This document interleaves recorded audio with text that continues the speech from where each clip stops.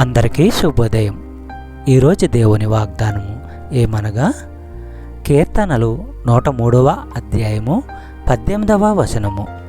ఆయన కృప యుగ యుగములు నిలుచును, ఆయన నీతి వారికి పిల్ల పిల్ల తరమున నిలుచును. సహోదరి సహోదరులారా, తనంటే ఎవరికి భయభక్తులున్నాయో వారిని ఆయన శాశ్వతంగా అనుగ్రహంతో చూస్తాడు. దేవుని పట్ల భయభక్తులు గలవారే, ఆయనకు లోబడేవారే వీటిని పొందగలరు. మనము దేవుణ్ణి గౌరవించి ఆయనకు విధేయులుగా ఉండేందుకు ప్రయత్నించకపోతే ఆయన ఇచ్చే దీవెనలను పొందాలని చూడడము వ్యర్థము.